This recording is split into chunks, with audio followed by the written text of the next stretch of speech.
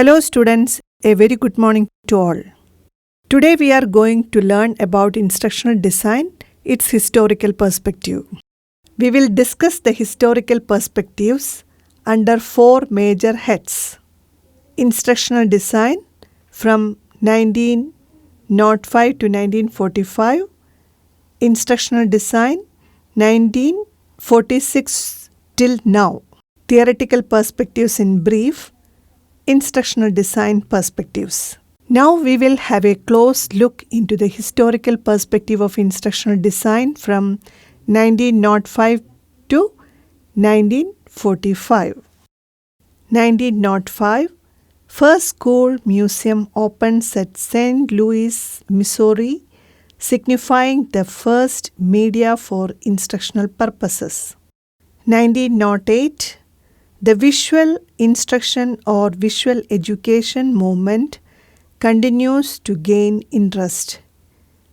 Keystone View Company published Visual Education, a teacher's guide to lantern slides and stereographs. 1910, the first catalog to instructional films is published in the United States. The public school system of Rocher became the first to adopt films for regular educational use. 1914 to 1923, significant growth in the visual instruction movement. 5 national professional organizations established.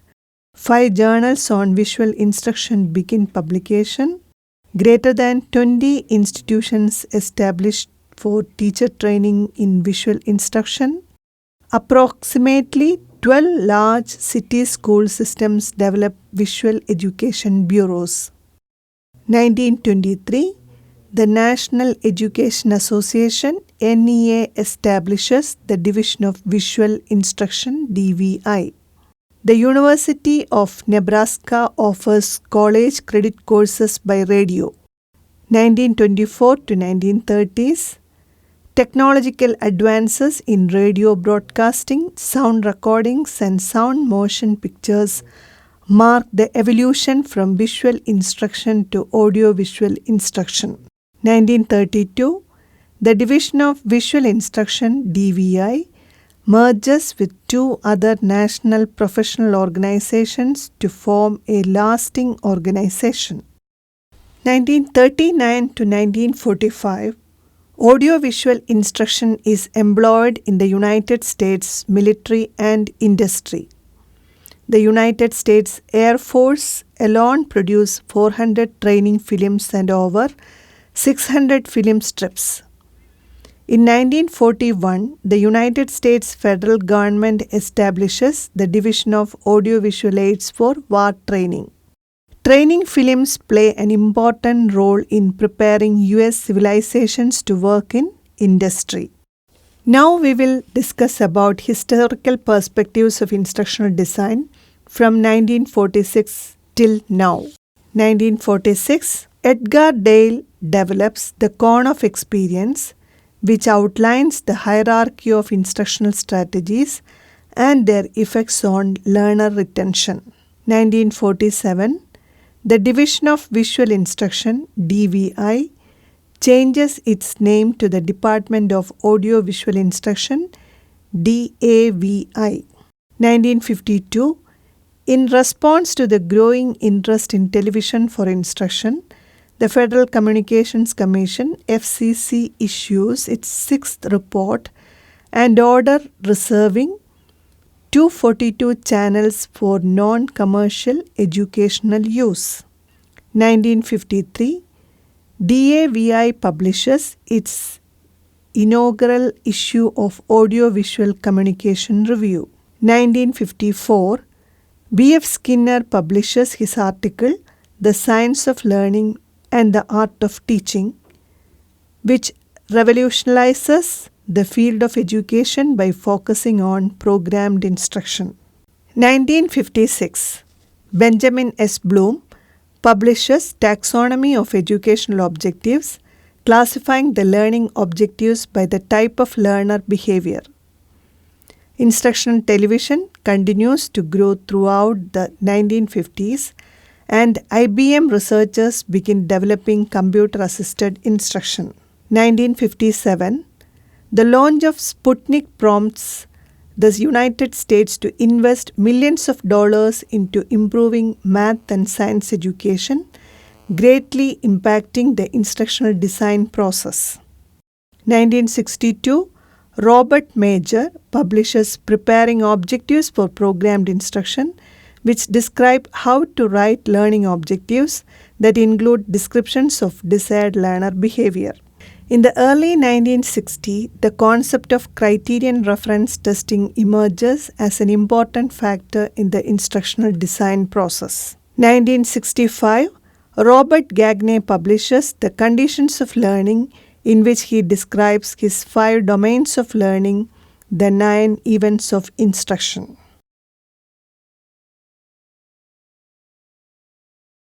1970, DAVI changes its name to the Association of Educational Communications and Technology, AECT. Instructional design processes continued to flourish in the 1970s, and the terms education technology and instructional technology begin to replace audiovisual instruction. During the 1970s, the number of instructional design models greatly increased and prospered in different sectors in military, academia, and industry. Many instructional design theorists begin to adopt an information processing-based approach to the design of instruction. David Merrill, for instance, developed Component Display Theory (CDT), which concentrates on the means of presenting instructional materials. 1980s. Although interest in instructional design continued to be strong in business and military, there was little evolution of ID in schools or higher education. However, educators and researchers began to consider how the personal computer could be used in a learning environment or a learning space. Plato programmed logic for automatic teaching operation is one example of how computers begin to be integrated into instruction. Many of the first uses of computers in the classroom were for the drill and skill exercises. There was a growing interest in how cognitive psychology could be applied to instructional design. 1990s. The influence of constructivist theory on instructional design became more prominent in the 1990s as a counterpoint to the more traditional cognitive learning theory. Constructivists believed that learning experience should be authentic and produce real-world learning environments that allow learners to construct their own knowledge. The World Wide Web emerged as an online learning tool, with hypertext and hypermedia being recognized as good tools for learning. As technology advanced and constructivist theory gained popularity, technologies used in the classroom began to evolve from mostly drill and skill exercises to more interactive activities that required more complex thinking on the part of the learner. Rapid prototyping was first seen during the 1990s. In this process, an instructional design project is prototyped quickly and then vetted through a series of try and revise cycles. This is a big departure from traditional methods of instructional design that took far longer to complete. 2000 to 2010. Online learning became common. Technology advances permitted sophisticated simulations with the authentic and realistic learning experiences. In 2008, the Association for Educational Communications and Technology, AECT, changed the definition of education technology to the study and ethical practice of facilitating learning and improving performance by creating, using, and managing appropriate technological processes and resources. Since 2010, Academic degrees focused on integrating technology, internet, and human-computer interaction with education gained momentum with the introduction of learning design and technology majors. Some universities have established undergraduate and graduate degrees in technology-centered methods of designing and delivering education. Theoretical perspectives in brief. How we plan and manage instruction is influenced by our beliefs about what learning is and how it happens. Different perspectives on learning will therefore result in different approaches to instructional design. In general, there are said to be three theoretical perspectives on learning: behaviorism, cognitivism, and constructivism. The behaviorists state that study of observable behavior, not the study of unobservable inner states such as feelings. Watson, Hull, Guthrie, and Skinner. According to cognitive psychologists, teaching is a process of developing insight or understanding the learner. Cognitive psychology studies man's thinking, memory, language development, and perception. Tolman and Piaget. In contrast, constructivists, or those who subscribe to constructivism, think of knowledge as something that is constructed by learners as they attempt to make sense of their experience. Vygotsky. While we analyze the theoretical underpinnings of specific approaches to instructional design, in practice, rarely draws from only one learning theory. Contemporary instructional design is eclectic, drawing from different learning theories and approaches in response to different learning contexts. Considering the characteristics of the individual learner, instructional designer chooses blended approach in instructional designing. An instruction for the learners cannot be purely behavioral or purely cognitive or even purely constructivist. Such an instruction needs to have clear and observable learning objectives. From behaviorism, help the learners process information. From cognitivism, and construct new understandings. From constructivism, and get them to apply concepts and principles in authentic or real-world context, also from constructivism. Now we will discuss about the instructional design perspectives. Instruction is a plan of teaching and learning activities in which learning is organized. Instructional design is analyzing what is to be taught or learned, determining how it is to be taught or learned, conducting tryout and revision, and assessing whether learners do learn. The multimedia assisted instructional design will serve the purpose of visual, auditory, and kinesthetic ways of learning in the learner at a greater pace.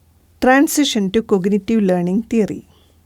Beginning with Brunner, 1964, instructional researchers begin to move away from the stimulus-response reinforcement model of instruction and to develop instructional theories based at least in part on the mental processes of the learner. Transition to cognitive instructional theory. Gagne and Briggs, 1979, defined a set of requirements for instructional systems design, including the following. The system must be designed for the individual. It should include immediate and long-range phases. It should substantially affect individual development, and it must be based on knowledge of how people learn. Integrated instructional design theory.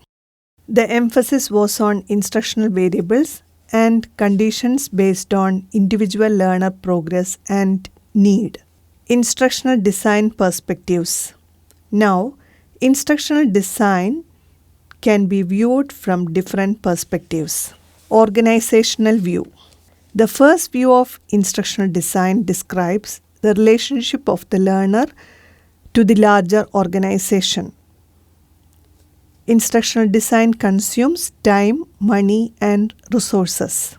Making quality instructional products requires specialized skills, equipment, and collaboration among members of a team. Systems approach view. The systems approach is a problem-solving process for highly complex problems. It is not a single procedure, but a set of problem-solving tools and techniques used by multidisciplinary teams of scientists and engineers. ISD process view. A third view of instructional design is the one most familiar to most designers: instructional design models. Design models become associated with the designations Instructional Systems Design or Development (ISD) and ADDIE. Functional, modular, or layer design view. Fourth view of instructional design can be termed a functional modular view. This view is based on analyzing the functions of the designed artifact.